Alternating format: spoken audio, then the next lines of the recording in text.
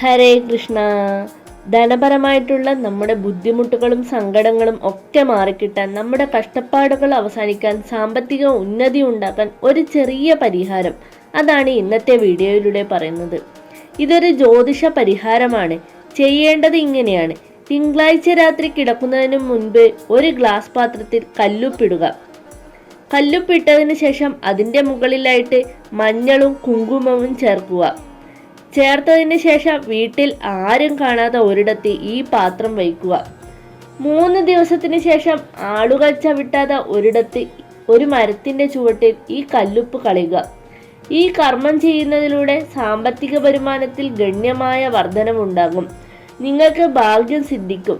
നിങ്ങളുടെ ദുഃഖ ദുരിതങ്ങൾ ഒക്കെ മാറിക്കിട്ടും, ഉറപ്പാണ്. എല്ലാവരെയും സർവേശ്വരൻ അനുഗ്രഹിക്കട്ടെ. വീഡിയോ ഇഷ്ടമായ ലൈക്ക് ചെയ്യാനും ഫോളോ ചെയ്യാനും മറക്കരുതേ.